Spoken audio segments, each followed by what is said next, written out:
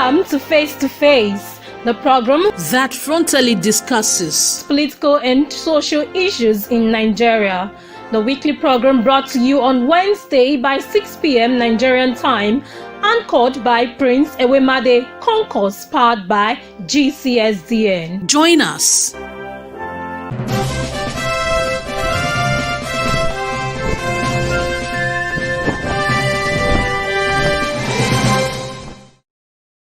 Good evening to all our wonderful viewers all over the world, and welcome to this segment of the Face-to-Face program brought to you by GCSDN.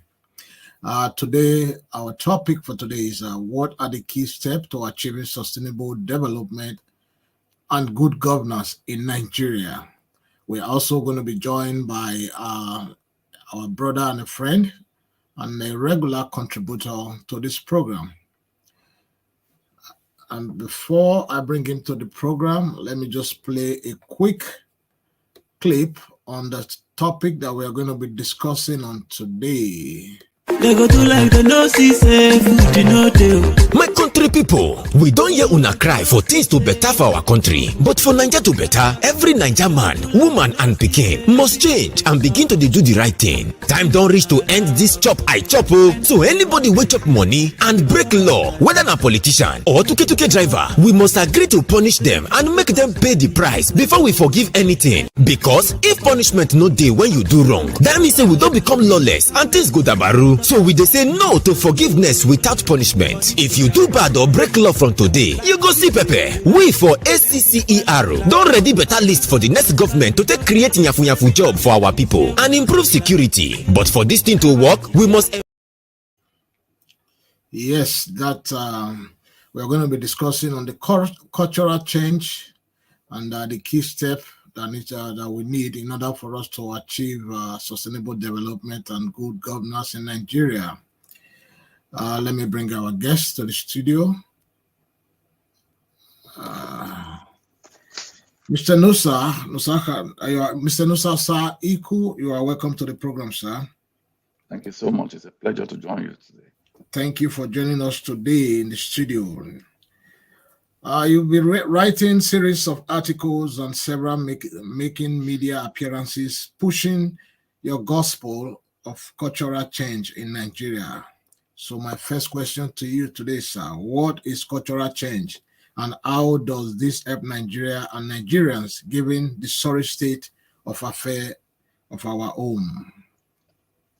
Thank you so much. It's a pleasure to join you today, and I cannot thank you enough for the work that you do at GCSDN to help bring about meaningful change in our country. Yes, I have been making media rounds and talking about culture change, which today has become a mission and a gospel for me. First, before I start, I'll say culture change. Why culture change? Yes, we have come to the logical conclusions that all the problems that ail our beloved nation has at its root culture. And to understand this, let me just give a brief definition of what we mean by culture. Culture can be broadly defined as the ways, the tradition, the norms of a given people or group of people or entity, how they go about living their lives, governing themselves, and their society. So if you accept this premise here of this definition, then you can understand then that culture plays a preeminent role in the governance of any nation.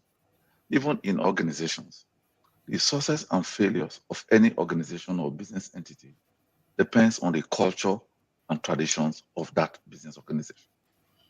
The same applies to nations. So the success and failure of any nation depends on the cultural values. What are the culture that the people of that nation value? How do they live their lives? What are the things that are important to them? And in the context of this, you can then understand now that Nigeria has a very big cultural problem. I would say one thing here. Nigerians are a good people. We are good people and God-fearing people. But we have taken our goodness at the individual level to a fault. We are become what one would term a lawless society because we now have a culture of permissibility. We allow every violation of the law, every infraction of the law to go unpunished, whether it is at a personal level or at a public or government level. When an individual commits a crime at a personal level and he begs, we immediately forgive without seeking accountability, without asking for him to take responsibility for his actions so that he can learn some lessons and avoid doing such again. At the public level, we have public officials that would loot public resources and use them for personal things, and at the end come back and they'll be welcomed by their communities instead of being ostracized as criminals and treated like lepers, so that they can understand that their conduct and their actions is not acceptable to the community. But because we do not emphasize this and demand accountability and punishment for those who violate our laws, we are therefore complicit in promoting the culture of corruption in Nigeria.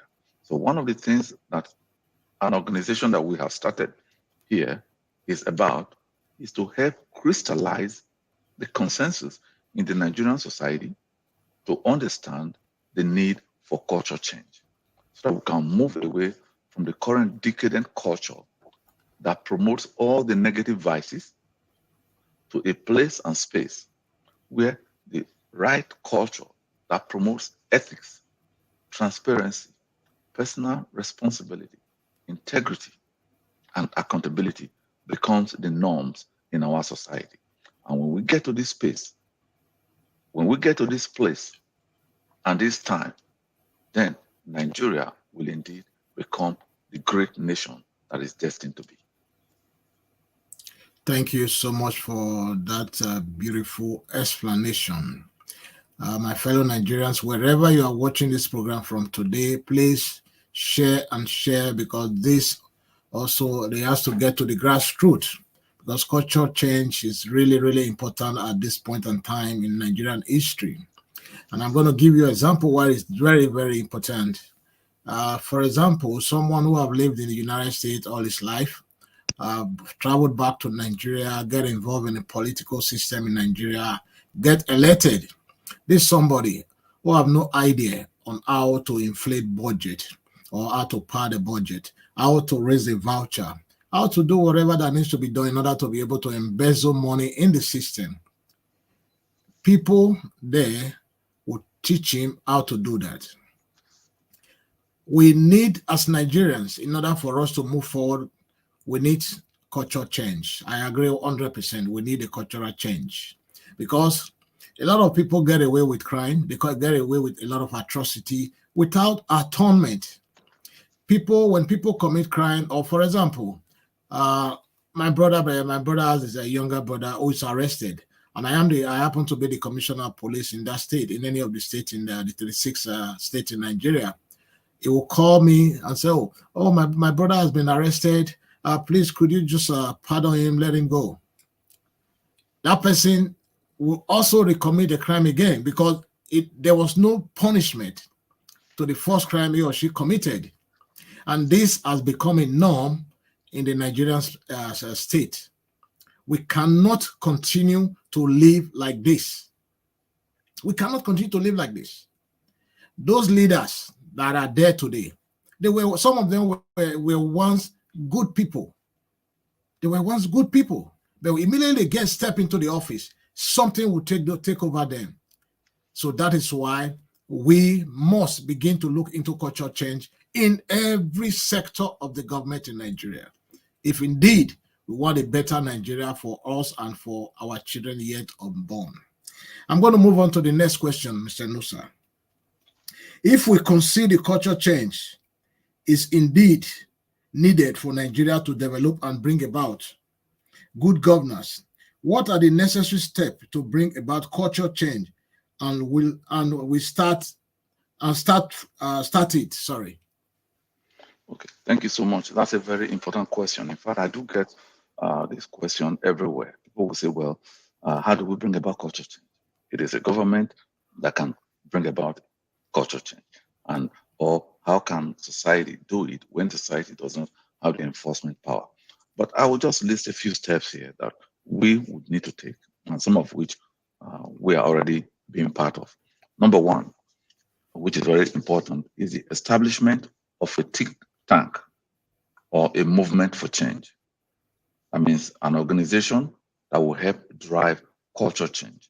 And that organization must be made up of Nigerians who are of high moral character, who values integrity and ethics, and they must be apolitical.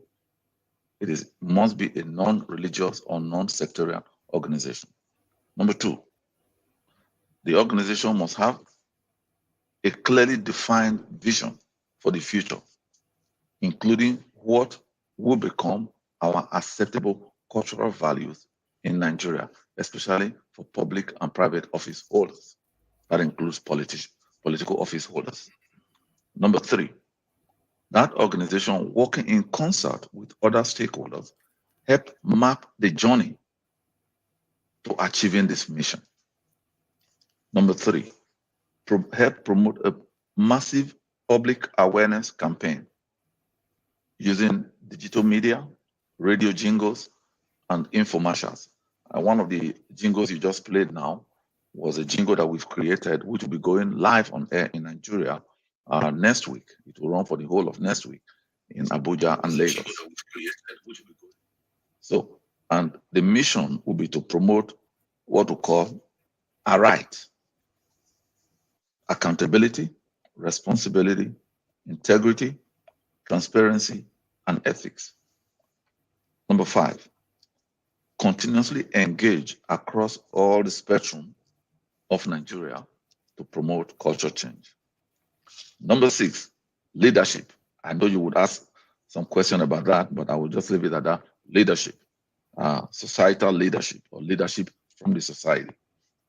Number seven, involvement of faith organizations, because we believe that one of the quickest paths to achieving a transformational society, a culturally transformed society, is to have our religious institutions play their rightful roles.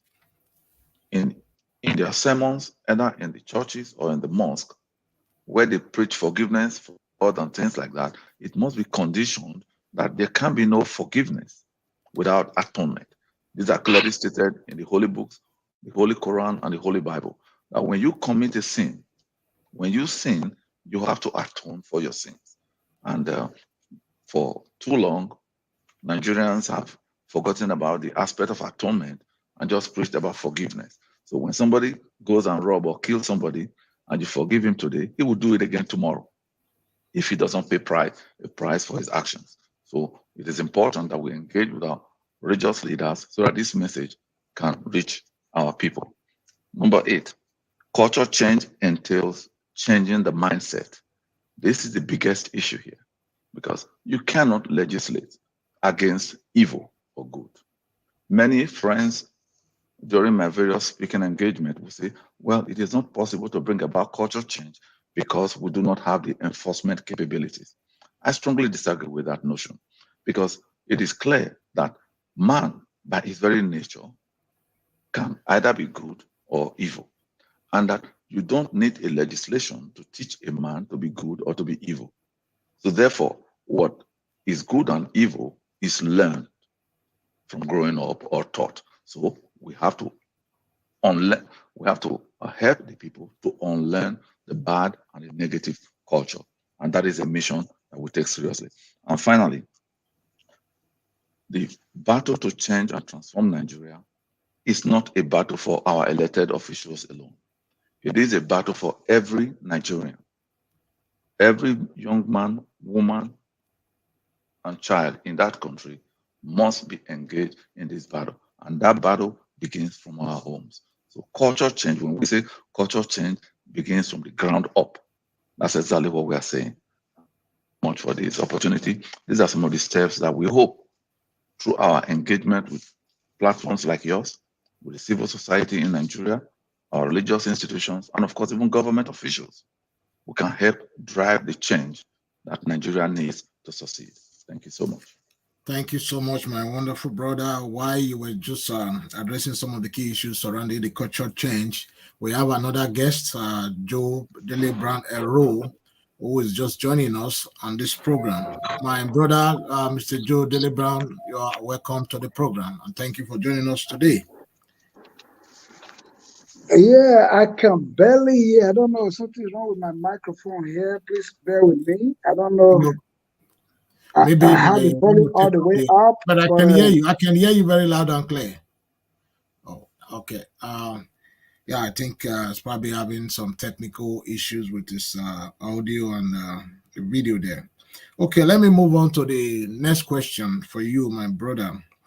You often talk about atonement before forgiveness. What do you mean by this? Thank you so much.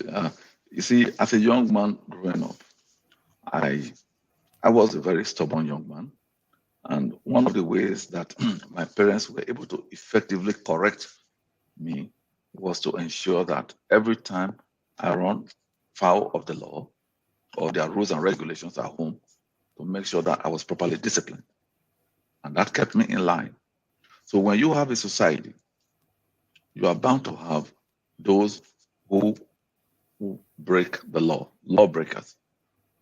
Now, if you allow these lawbreakers to go unpunished, then you as a society is essentially saying that the law does not matter.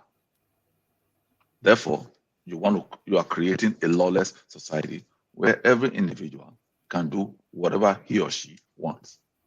And sadly, that is the situation where we find ourselves today in Nigeria. So what we are saying is that atonement is very scriptural, both in the Holy Quran and in the Holy Bible, that in the balance of the religious settings, when a man commits a sin, he has to atone for his sin, that is, pay a price for his sin. Now, even in government affairs or in public governance, when you violate the laws of a land or a country, there are punishments for those laws. If you are driving recklessly on the road and you run a traffic light in the society where you live in and where I live today, you immediately will be issued a citation and a ticket. You have to pay the ticket, or if you don't, you go to jail.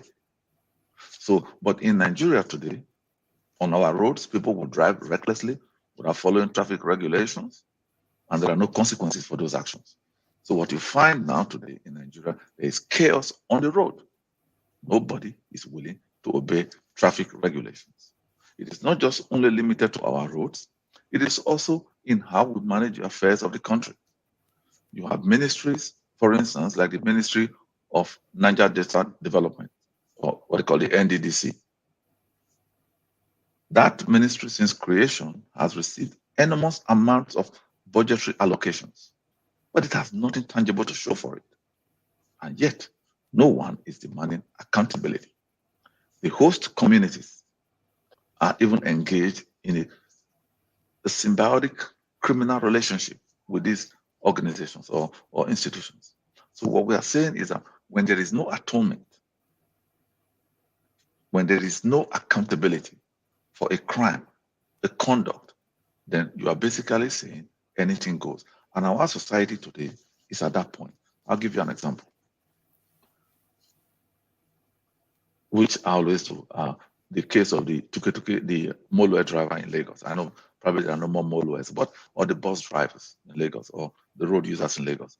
They are very reckless and they drive recklessly. If you are driving your car or whatever, or another road user, and you tell the man next to you to say, please be careful, don't hit my car, he won't listen. He will continue to drive recklessly. But immediately he impacts your vehicle and causes a damage, the first thing he will do is to jump down, prostrate on the floor, and start begging, Oga, I beg, Oga, I beg. And the fellow riders in his bus will join and continue to beg you, asking you to forgive. But the sad part of this whole situation is this, is that if you refuse to forgive the man and allow him to go, then the people will say you are a wicked man. because you have not forgiven. They will call you all sort of names. Now, you, the victim, have become the bad person here. You are now the criminal, though you are the victim. And the individual that has caused the damage, who violated the law, is now has no blemish. So, and more often than not, in very many cases across our land, the victim now would forgive out of shame and pressure from the public. If you look at this, it happens millions of times across Nigeria. So what this kind of conduct does in Nigeria is that it perpetuates the wrong values in our country. It tells the criminal, it tells the reckless and the lawless individual that go ahead, go and rob, go and maim, go and kill. Be reckless on the road, because you know what? We'll fall at the end of the day. And guess what? They are doing it everywhere.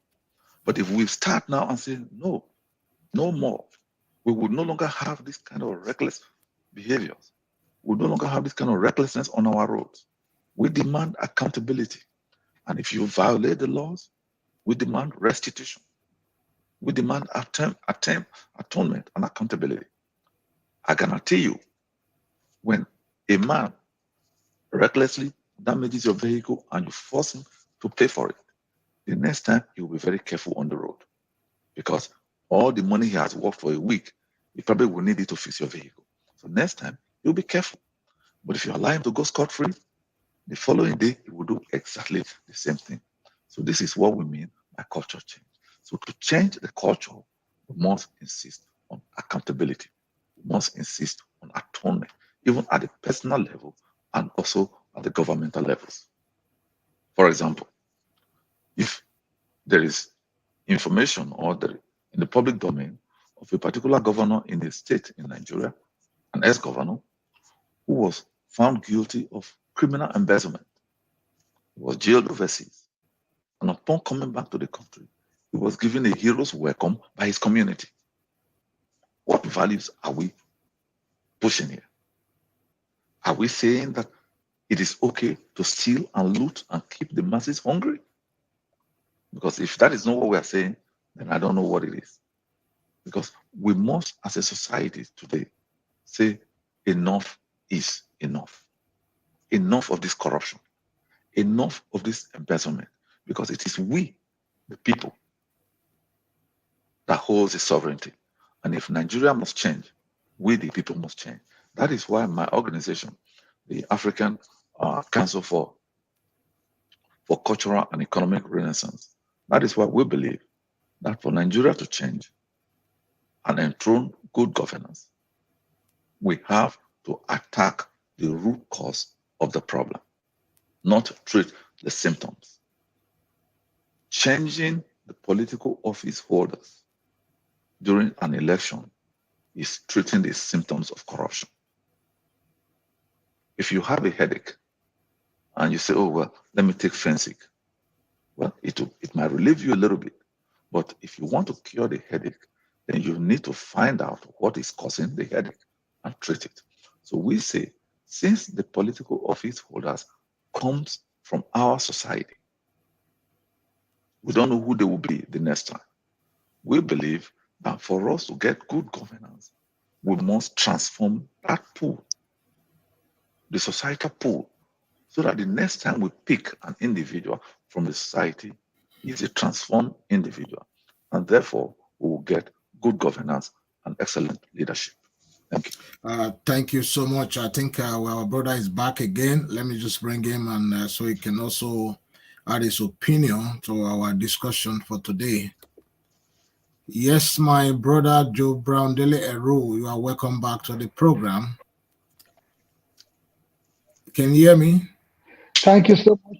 Yeah, I can hear you very well. You're welcome to the program, sir. Thank you for having me today. And I want to say hi to the guest that is on the program. And I want to say, if you want to refresh me with the topic of today. Yes, I'm going to come to that now, sir. Okay. Yeah, our topic for today has to do with culture change what are the key steps to achieving sustainable development and good governance in Nigeria? My question to you, so you can also contribute your own opinion for our viewers to hear from you. What is culture change, and how does this help Nigeria and Nigerians, given the sorry state of affairs in Nigeria? Is that question addressed to me? Not for you. Yeah, no, it's for Joe, Mr. Joe Brown. I want him to also give us his own opinion. Okay, culture change or cultural change. Culture change. Culture change. Yeah. In Nigeria, is not far-fetched. It is because our new generation are embracing a foreign culture. They have ignored and abandoned our cultural heritage in Nigeria. No, I think you probably didn't get the question right. Let me rephrase the question for you again. The question is, culture change. What are the key steps to achieving sustainable development and good governance? Culture change is the sense that, for example, you have a younger brother that commits a crime, and you know me as the commissioner of the police in your state. The first thing you would do is to reach out to me to plead for mercy for your younger brother, without allowing your younger brother to go through the due process of the law, whereby he will be held accountable for the crime he has committed. And also, this also contributes to when you see most of the politicians, they were good people before they became a politician. They were good people. But immediately they step into the office, because of the culture, because of the way we do things in the society, they forget. They seem to do things the same old way. Like, you do something, you don't get atonement, you don't get punishment for it. You loot money from the treasury, nobody punish you for it. So that is the aspect of the culture change that we are talking about today. So okay, I got you. Sorry, first to address a point that you just raised, that most politicians were good people before they become politicians. I want to disagree a little bit, No, I just cited that for you as an example, but you can just go ahead and answer that as an example. Otherwise, what we are lacking in this country is that we do not obey simple rule of law. Both those who are leaders and those who are led, we do not obey simple rules of law. That's just the basic thing. Fundamentally, if you look at it, somebody commits an offense, regardless of who the person is in the society, regardless of your status, you are supposed to be brought to justice. Because why? You have broken the law. So it does not exist in Nigeria. It is not that we do not have laws in Nigeria. We do have laws in Nigeria, but we do not obey the laws. Therefore, if people commit crime, like you said, they want to quickly run to those in authority, maybe their relation, friends, or family, who are, in top positions in the society. And then you can be sure that they will be bailed out. When I say bailed out, they will not be punished for the offense they have committed. That is totally wrong. That's where we are getting it wrong. Everybody should be made to account for whatever offense they have committed in the society. If it is me, if I commit offense, I will have to be prepared, because before I committed that offense, I know there's consequences, for it. So if I commit an offense, and then I should not expect anybody to come to my aid. Yeah, I agree with that. I have broken the law or committed an offense. So in the civilized society, those are practicable. But when it comes to Nigeria, everybody, no one obeys the law. So no one obeys the law. Simple rules we cannot obey. So that's the problem we have. Until we are able to fix that, there will not be any change. I can tell you that. No matter how highly educated you are in Nigeria, until we just go back to the basics, the fundamentals matters. So if we all are educated, if we are enlightened, that listen, when you disobey or break the rule or break the law, there's consequence that go with it. That means you will be punished regardless of who you are or who your parents are, whatever it is. If we are gather enlightenment, and actually, if we let's say somebody commit an offense and is the child of the president or the child of the governor or the child of the chairman, and that person is left unpunished just to go freely, then everybody is going to emulate that. So you see, there will be no change. But if that one person is giving an example as a president, that person, that the punishment given to him, the other people will now know that it is not going to be easy for them if they commit similar offense or the same offense. That is where the change will begin. So therefore, everybody should be aware. They should be aware of the law that affect whatever offense that they have committed. That the consequences is either you pay a fine or you go to jail. If we do not start putting people into jail, then we are nowhere. That's just the bottom line.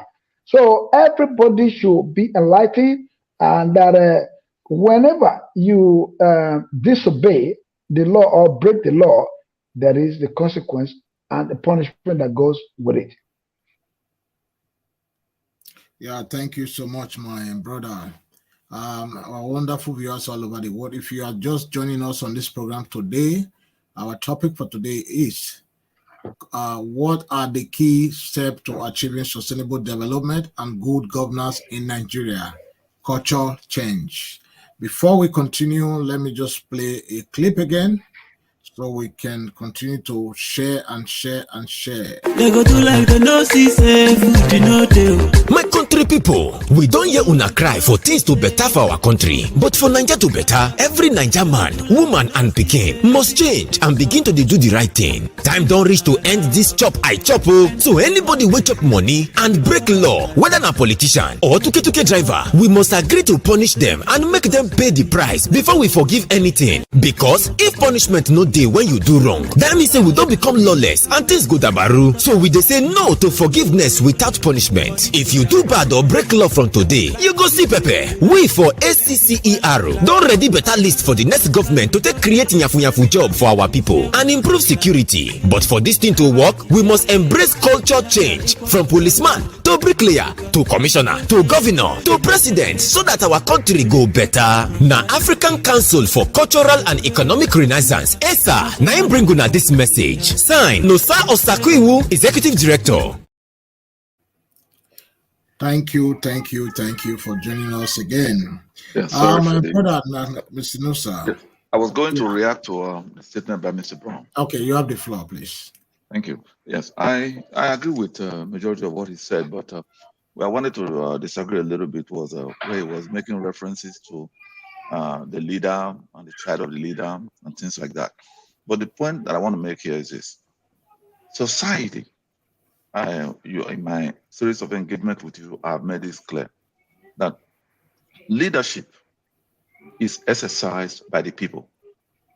The political office holders are mere custodian on behalf of the people. The direction of any country is determined by the people of the country because they hold the sovereignty. If they do not agree with the direction, they will change it. I will make a reference here. In Nigeria today, the problem we have is that our society does not want our laws to be enforced. They don't.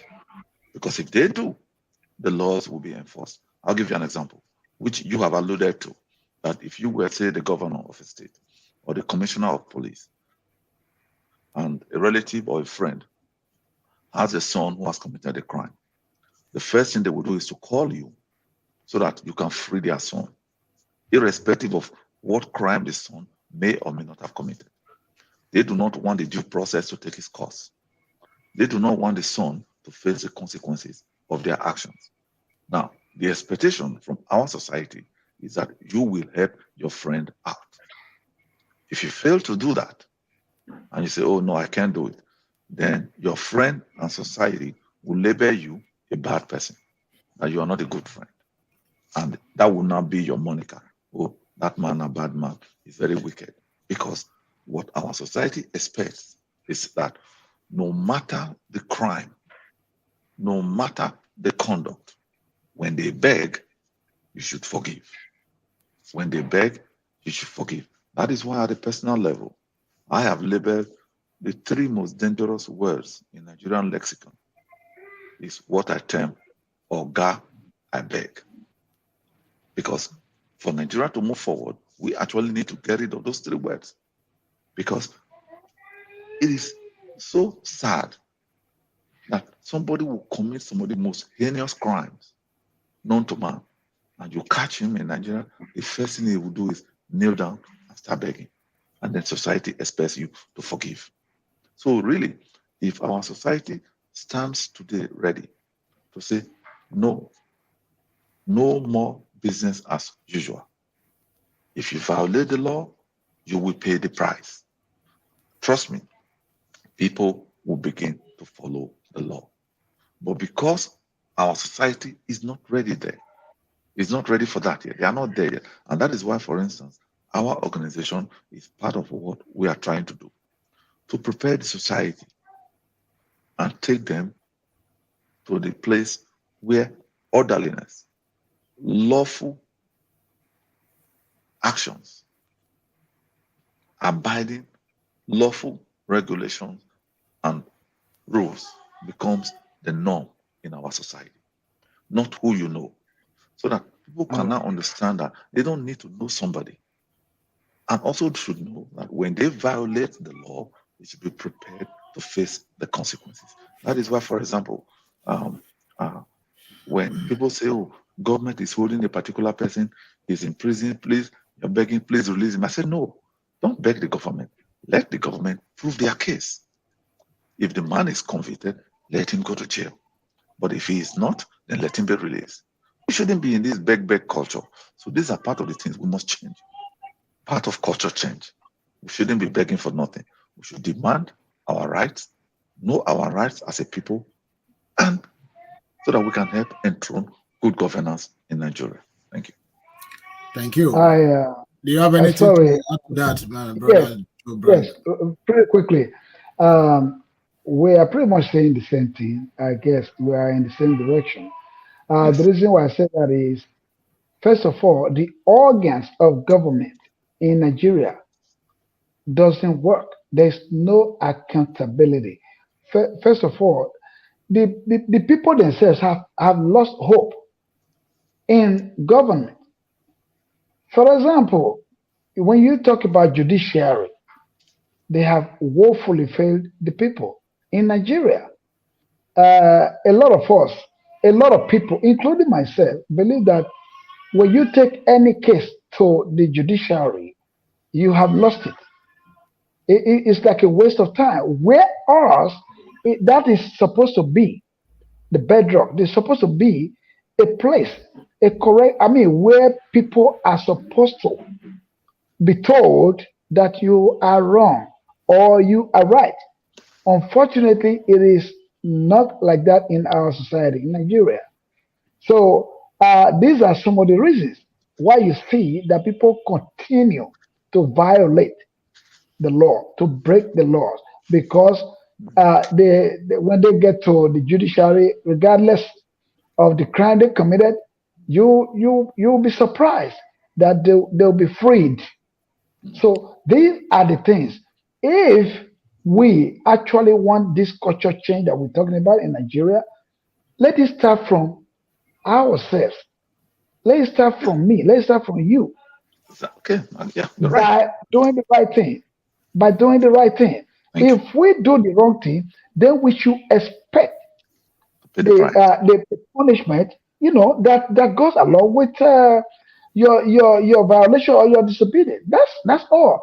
My own is, I'll just say, if we all do the right thing, then we have no problem. Thank Unfortunately, you. we're not going to do Yes, that in thank Nigeria. you. That's what it is. Thank you. That exactly is why the African Thank you. Council for Cultural and Economic Renaissance is coming to the table, and we are beginning to reach out to Nigerians to spread this gospel, to say the change that you seek in Nigeria starts with you. The problem of Nigeria, if you take a mirror and look at your face, you will see the problem of Nigeria there. So if you want to solve the problem of Nigeria, whether you are a truck pusher, police officer, a soldier, a professor, the governor, the president, you look at the mirror, you'll see the problem. And when you begin to do the right thing, starting with you are solving the problem of Nigeria. And finally, we have, like the gentleman rightfully said, Mr. Joe Brown, that we have problems with the judiciary and very many institutions in Nigeria which have failed. But the reasons they have failed is because those institutions are manned by people from our society, just like the government. So we are saying, I will give an example of a basket of rotten apples. If you have a basket of rotten apples and you cast a sample, you pick any sample randomly, the probability of getting a good apple is 0. Now, if you have a basket of good apples, the probability of getting a good apple is 100%. So if you want to get good apples, you replace the basket of rotten tomato with a basket of the basket of rotten apples with a basket of good apples. So similarly, if we want to have institutions that would strive and strengthen our nation, we must reform our citizens, because those who staff these institutions are from our society.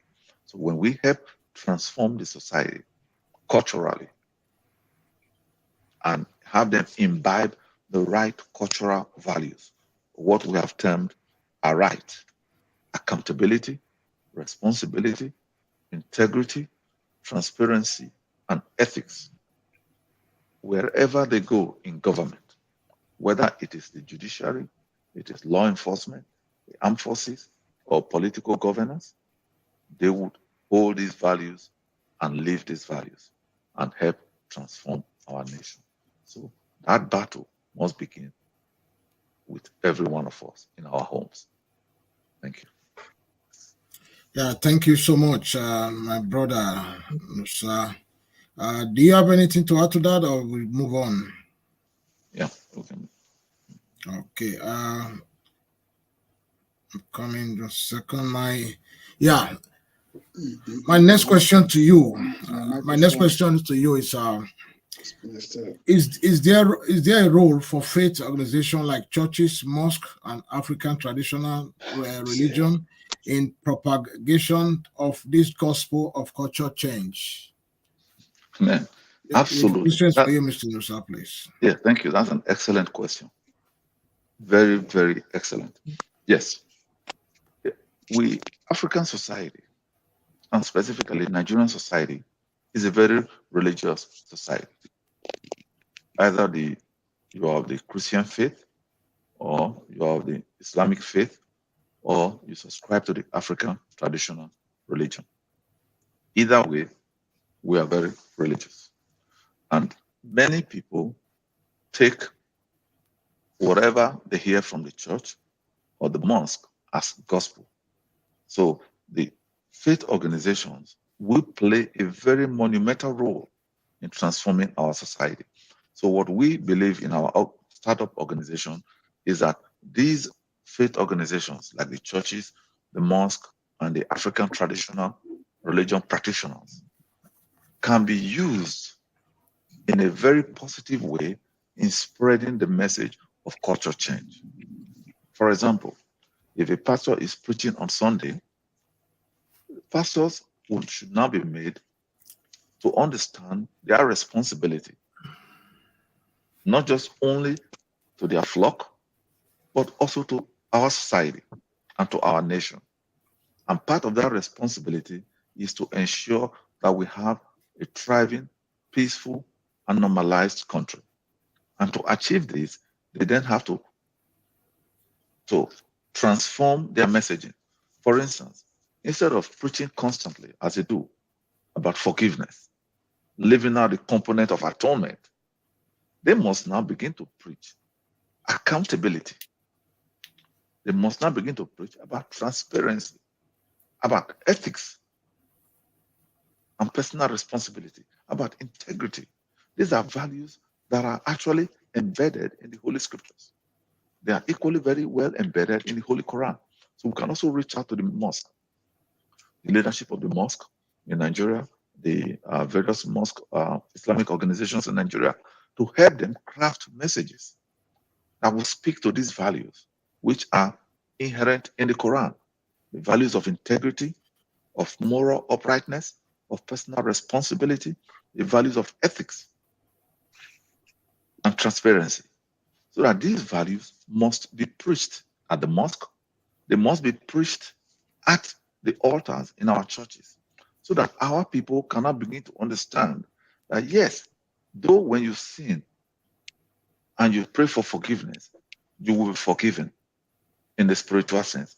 But that, however, as a condition of getting that forgiveness, you must atone for your sins. That is very well stated and equally stated in the Holy Quran.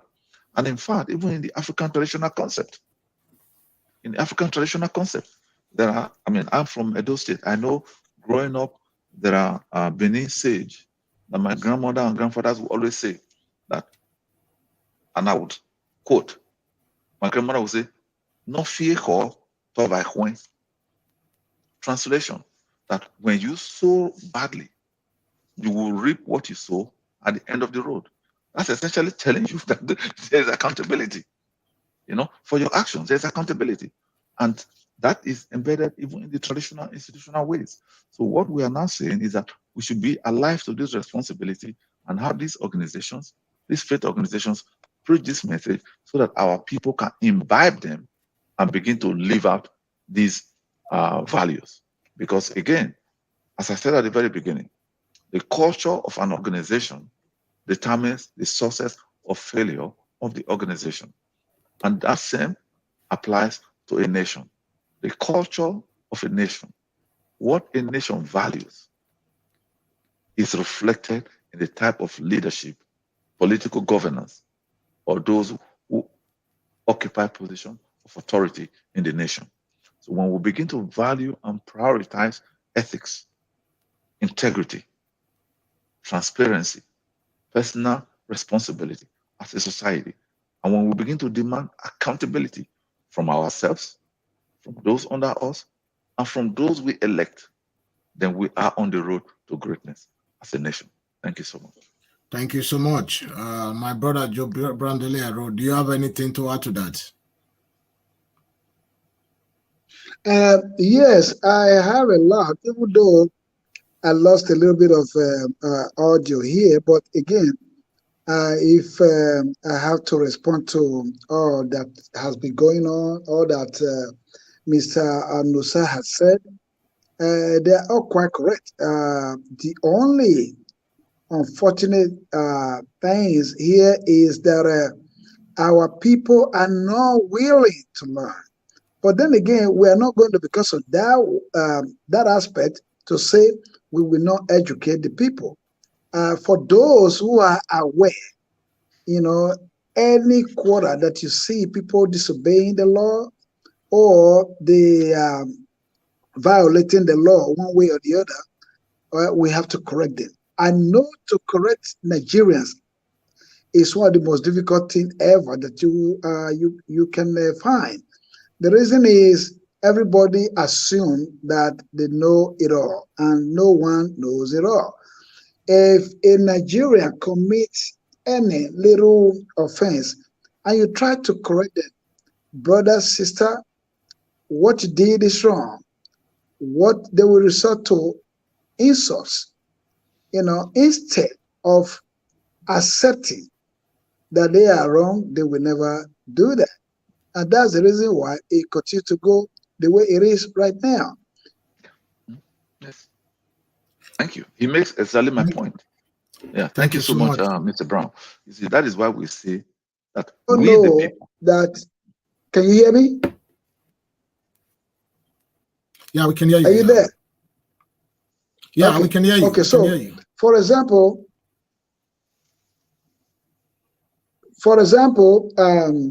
like I said, if we conduct election, primarily, we are supposed to all follow the procedures for the election, but we don't do that, and because of the corrupt system that is pre-existing, which they will stand on, we are going to bring forth corrupt people into the corridors of power.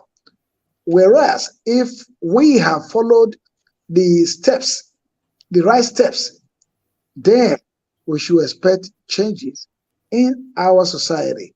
So basically, it is a tough assignment, and I quite appreciate Mr. Nusa with you coming up with this idea with your organization. I hope that the message will spread across pretty quickly. I don't know your location at the moment, and I think it's a very, very laudable program that you have. If we all actually follow the steps and your message of hope to Nigerians, believe me, within a short time,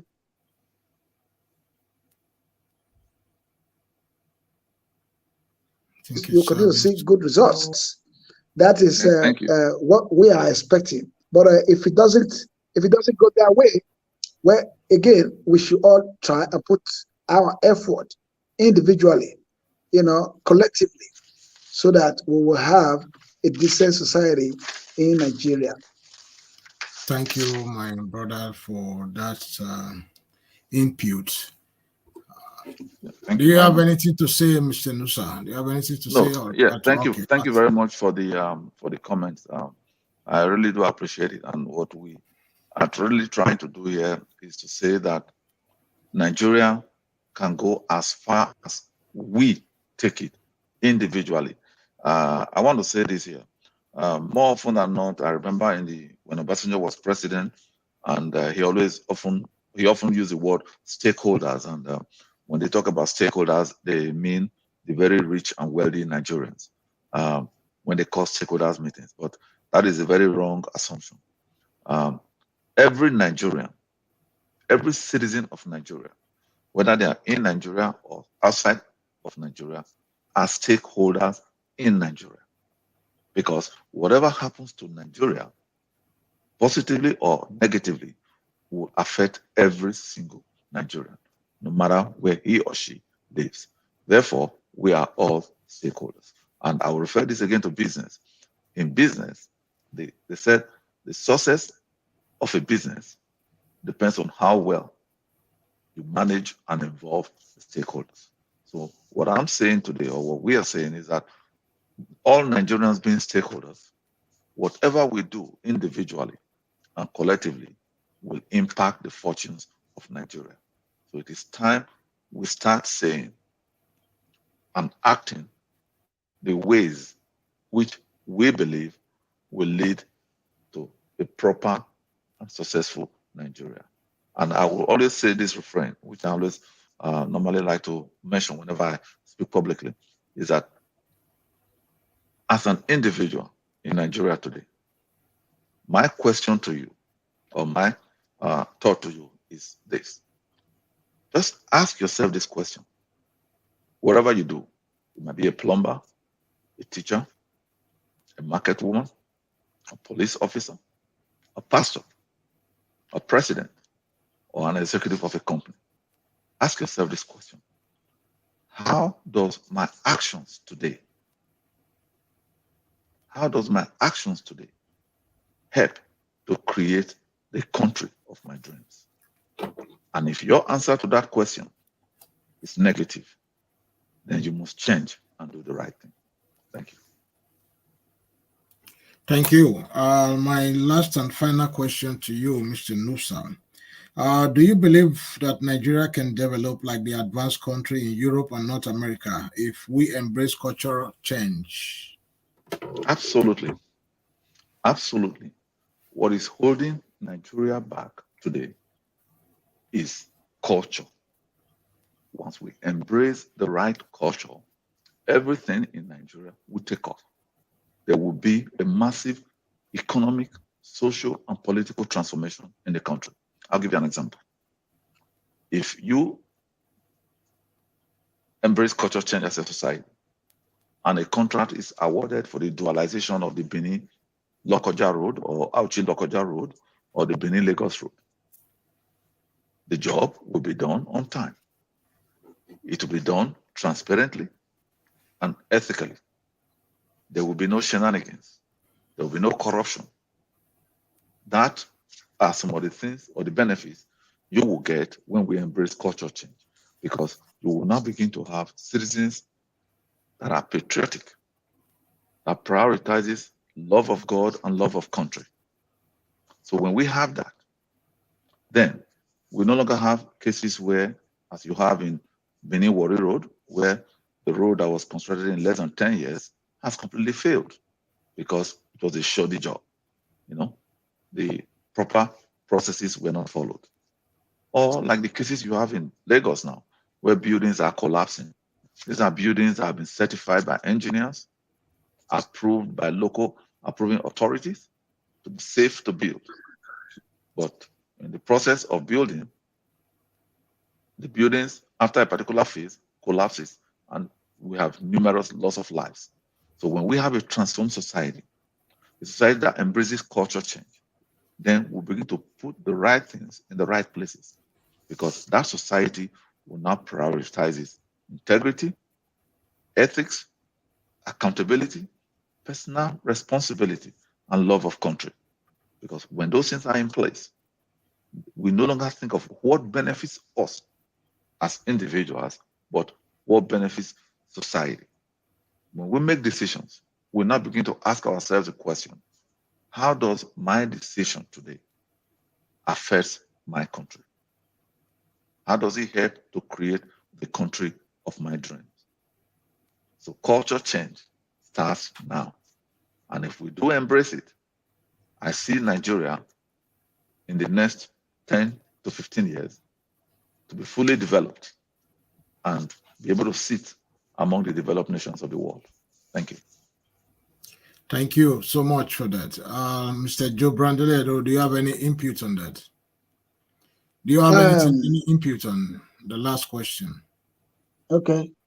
The last question you asked is that if we believe that Nigeria can, develop like the advanced country in like Europe, North America, if we embrace this culture change that we are talking about today.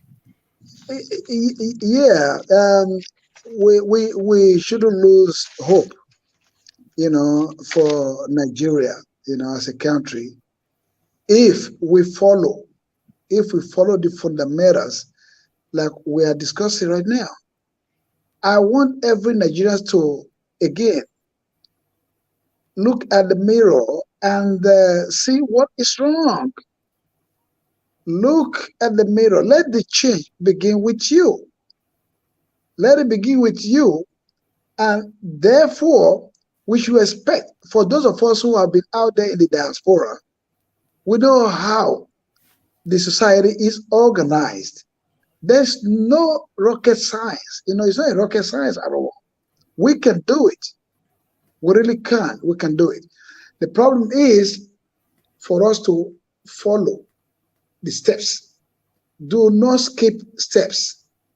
Do not disobey the law. Do not violate the law. If we do the right thing, trust me, there is no difference. Those in the developed nations, they are human beings just like us.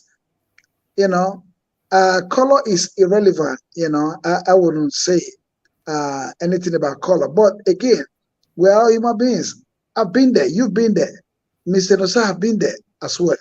So a lot of us who live in the diaspora, we know what it is to obey the law. Simple. It's just simple rule. If you disobey, you'll be punished.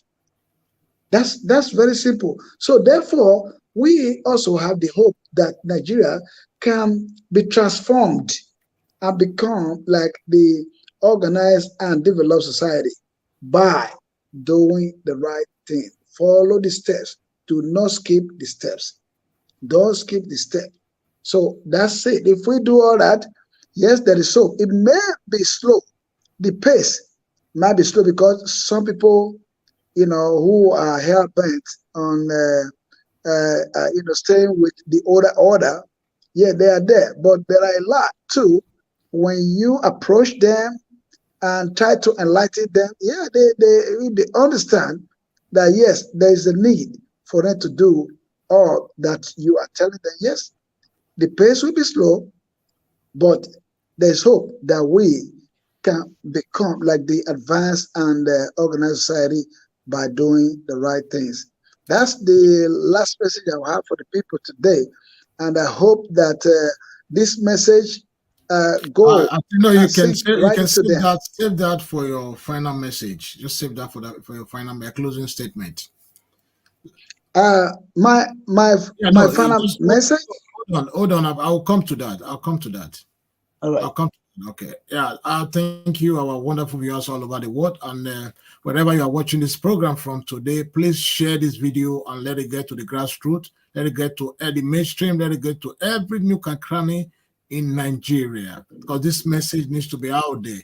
It's all about you. It's all about me, myself, as an individual. For us to have a new Nigeria, we must begin to change our ways of doing things. We must disregard the old ways of doing things whereby nobody gets punished for whatever they do. When you commit a crime, you must be held accountable, whatever you do. Because those who are in the office today that will blame as bad leaders, they were once good people, in my own opinion. This is my opinion. They were once good people before they became a governor, senator, House of Rep member, and what have you. But immediately they step in there, the environment, they change. They change with the environment, because those who are there already will now begin to enable them. There are people that are called the enabler in the system in the Nigerian state. Those are the civil servants. Those are the enabler. They enable them. They sell ideas to them how they can make quick money and get rich. So this boils down to culture change. We must begin to embrace culture change as Nigeria. If we to the end of today's program, but before I take the final closing statement, let me play this video. This is a jingle. They go do like the no see say food no dey. My country people, we don't hear una cry for things to better for our country. But for Naija to better, every Naija man, woman and pikin must change and begin to do the right thing. Time don't reach to end this chop I chop. So anybody wey chop money and break law, whether na politician or tuke driver, we must agree to punish them and make them pay the price before we forgive anything. Because if punishment no dey when you do wrong, that means say we don't become lawless and things go dabaru. So we dey say no to forgiveness without punishment. If you do bad or break law from today, you go see pepper. We for ACCER don ready better list for the next government to take create nyafu job for our people and improve security. But for this thing to work, we must embrace culture change from policeman to bricklayer to commissioner to governor to president, so that our country go better. Now African Council for Cultural and Economic Renaissance, ESA, na im bring una this message. Sign, Nosa Osaku-Iwu, Executive Director. Culture change. That is what we need. Mr. Joe Brandilero, your final statement, please, to Nigerians and our viewers all over the world. All right, Nigerians, I want to send this message across to every one of us, including myself, that don't assume that no one is more Nigerian than yourself. We are all Nigerians, and we are all collectively responsible for whatever happens in our society. If we want it to become the best, we can do it. But we can't continue to go backward. We have to move forward. So therefore, let every one of us embrace the culture change that is being preached everywhere. You know,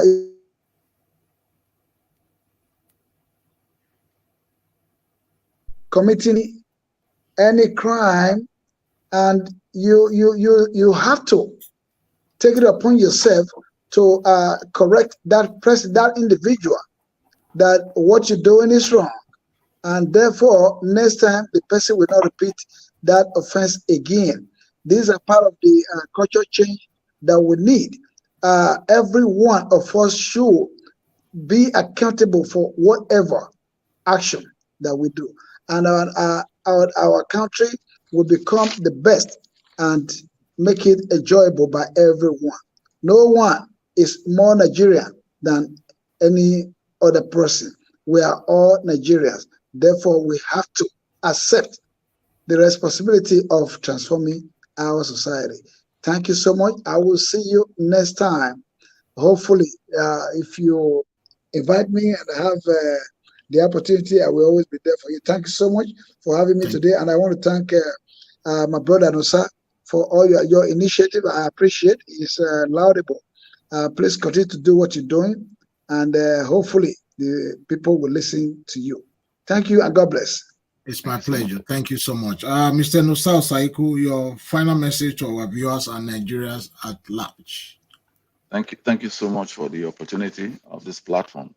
I want to thank the viewers of this program and also the Nigerian people. Nigerian people, as I said before, are decent and God-fearing individually. But however, as a society, we have a problem. And we have come to diagnose that problem to be a cultural problem. The future of our country is bright. We can achieve the country of our dreams if each and every one of us, from the truck pusher to the president of the country, looks at the mirror and does the right thing by our country. Obey our rules, follow the rule of law, ensure that every action that we take has consequences, and be willing to implement those consequences. And that we as a society must come to a place where we demand accountability for actions of those in government, those in private and public offices, and also from our fellow citizens. If you see somebody doing wrong, you need to call them out. All the criminals in our country, the bandits, they live on the same streets with us. We know who they are. We need to be able to tell that to the authorities. Because if we want a safe and secure country, then that battle starts with us, each and every one of us. If we want a developed country, it starts with us. We must come to embrace culture change, do away with the current ways of doing things, the demand for kickback, scratch my back, I scratch your back, and come to a place where we put our country first in everything that we do. God and country, love of God and love of country. When we do this, I promise you that Nigeria will become one of the greatest countries on earth and the envy of the world. We are blessed with the abundant resources, human and material. We just need this to be harnessed collectively and used for the betterment of the nation. It is not the responsibility of government to define and create everything. The government is made up of the Nigerian people. And if we must transform government in Nigeria, we must transform ourselves. And that battle to change Nigeria starts with every one of us, including myself. So when I look at the mirror tomorrow, today, and I say, is what I am doing today, how does it help in creating the country of my dreams? If the answer is no, then I must change and start doing the right thing. Thank you so much, and God bless you. It's my pleasure having you on the program. My fellow Nigerians and my viewers all over the world, we have come to the end of today's segment. However, I have my final word for you as well. The new Nigerian that we seek, the new Nigerian that we yearn for, the new Nigerian that we advocate for daily in our daily life, start from us, start with us. We might have come to be Nigerians from on a different boat, but today we are on the same boat. If Nigerian work out tomorrow, it works for you. If it works out, it works for me. So we must begin to live by example. Live by example. We must begin to change our mindset, our way of life, the way we do things. We must begin to hold people accountable whenever they commit crime or violate the rules or the laws of the land. Until we begin to do this, it is impossible to achieve a new Nigeria. So, on this note, till my next episode, I look forward to seeing everyone again. May God bless you all and remain blessed. Thank you, my brother.